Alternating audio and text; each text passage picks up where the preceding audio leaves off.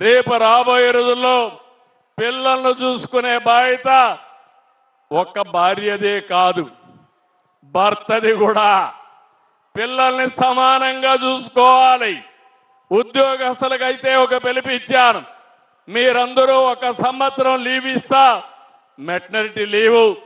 మగవాళ్ళకు కూడా 2 పిల్లలు 3 పిల్లలుంటే 2 నెలల వరకు మగవాళ్ళకు కూడా లీవ్ ఇస్తామని మీ అందరికీ విజ్ఞప్తి చేస్తున్నా.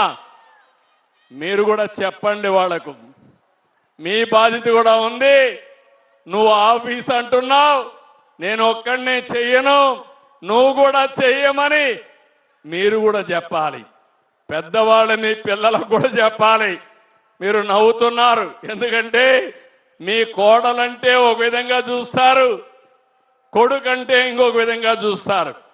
ఇప్పుడు కొడుకు కోడలు 2 సమాన బాధ్యత. పిల్లల పెంపకం అని మరొకసారి మీ అందరికీ విజ్ఞప్తి చేస్తున్నా. ఒకప్పుడు నేను ఫ్యామిలీ ప్లానింగ్ మాట్లాడినప్పుడు ఇదే మారిగా మాట్లాడాను. ఊరూరు వచ్చాను. 5 మంది పిల్లలుంటే నష్టం ఏంటో చెప్పాను. నేను అనుకున్న దానికంటే ఫాస్ట్గా మీరు మారిపోయి 1-2 పిల్లలకే పరిమితం అయిపోయారు. ఇప్పుడు 58% ఒకరికే పరిమితం అవుతున్నారు.